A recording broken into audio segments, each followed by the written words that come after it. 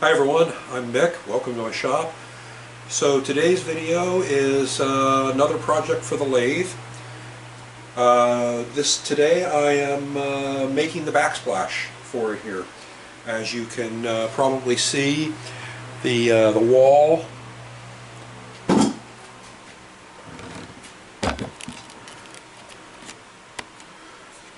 wall's all stained up and nasty, and I tried some temporary things, or some things that turned out to be temporary.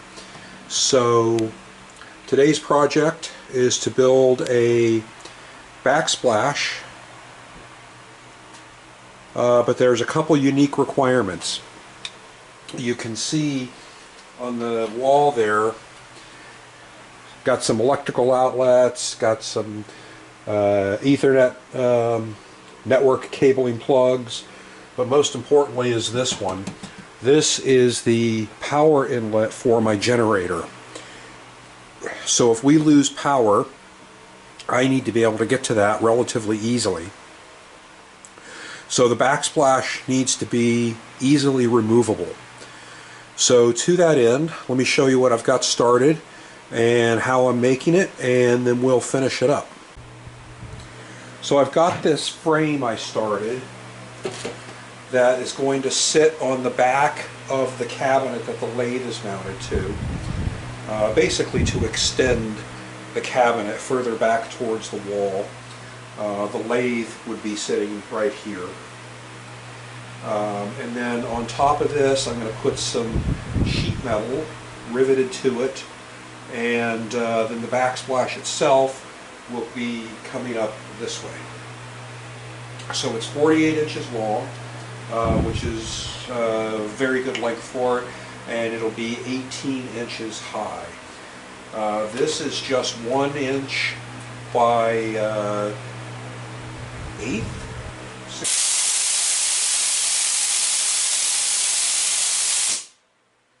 Pardon that, that's the automatic drain for my air compressor. It's 1 inch square, 1 inch tubing, or 1 inch angle, aluminum angle, 16th inch thick, and I have been assembling this using Alumiweld rod.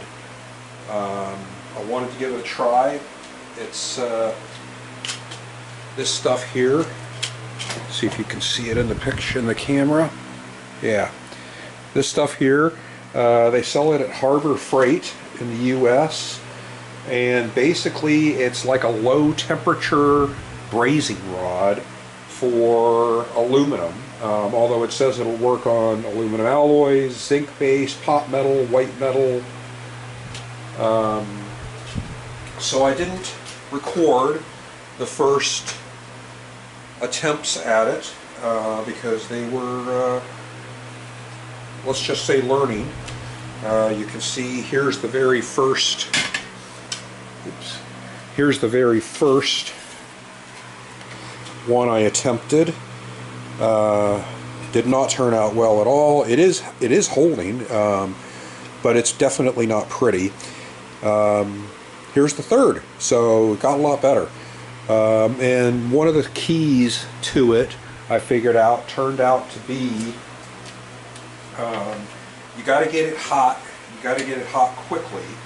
I started out using one of these propane torches, which just did not do the trick, and ended up switching to MAP gas with a bigger rosette tip, and that works really well.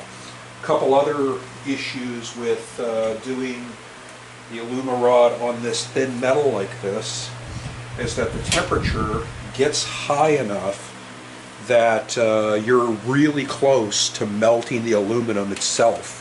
You got to be really careful.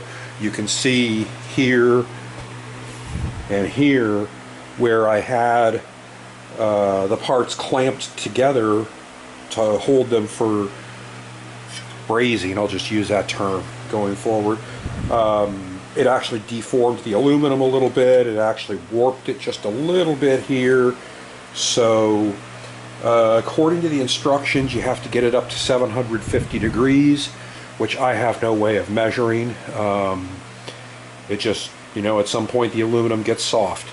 The other issue with doing it on this thin of aluminum is I built these corner triangle brackets separately and then welded on or brazed on these little tabs because they're then brazed to this other piece of angle iron, and I wanted it straight. So every time you reheat it, the other stuff melts, and so you're better off, if you can, figuring out a way to put it all together and do it all at one time. So the next step on this piece, I need to come up with a support mechanism. Let me make sure you guys can see what I'm looking at here.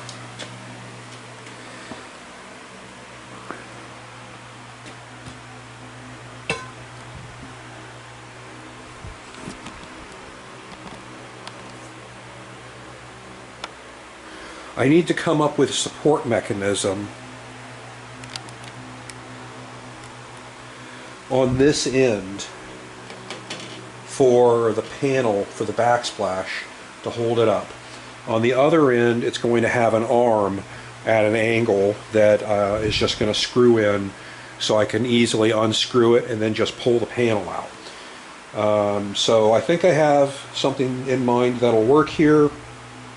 So I'm going to cut some aluminum and braze that on there, and then cut the panel, the sheet metal, to go to cover this part, and see about assembling all of that. So let's get started.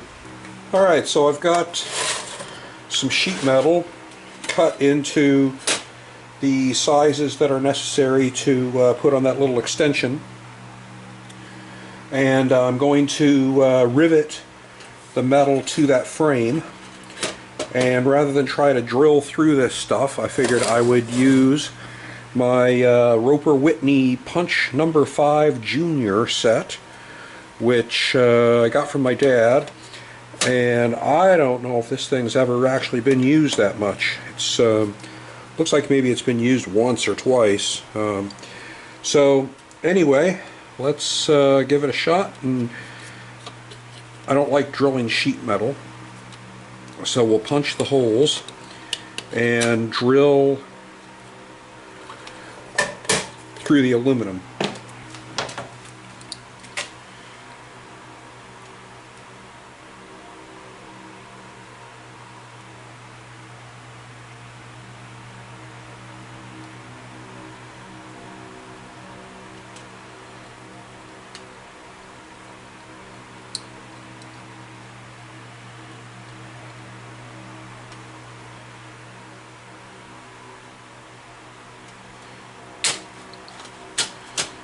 Oh yeah, easy peasy.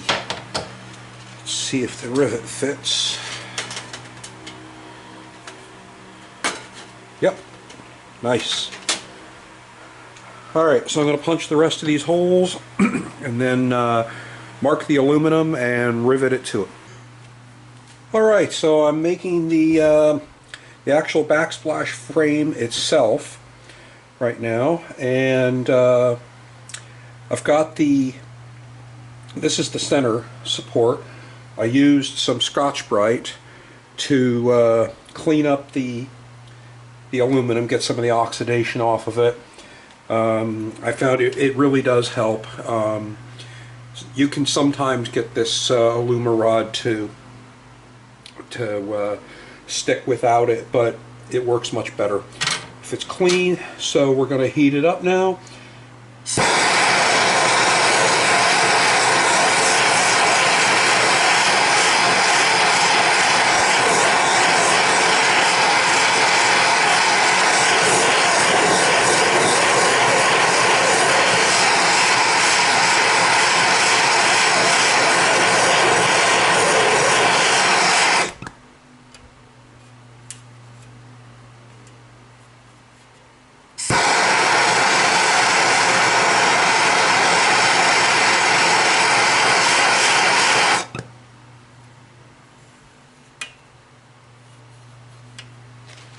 And that's it.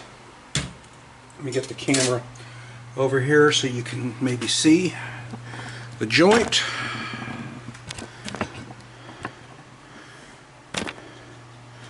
Get this clamp out of the way.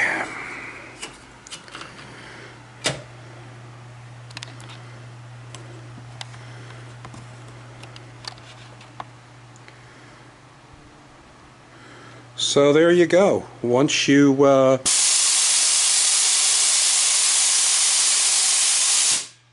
guess I've really got to learn to turn that thing off.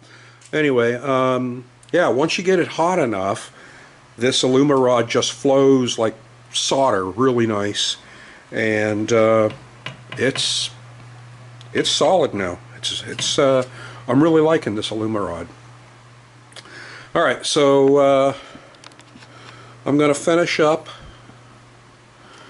the rest of the frame. I've got two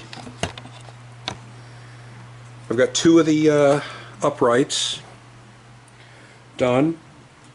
I'll do the third, and then I'll put the other piece on, and after that we're getting to the home stretch. Just got to put the sheet metal on. So I'll bring you back when we're putting the sheet metal on. Alright, the backsplash is pretty much done. It's just sitting in place right now. You can see it needs a support, but that's pretty much all I have left to do. A few rivets in there, so you can see the details here on the end. Let's see if I can.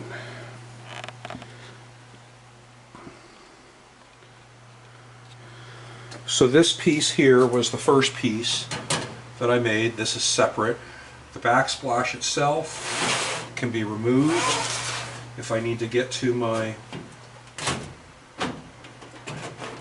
generator plug back there.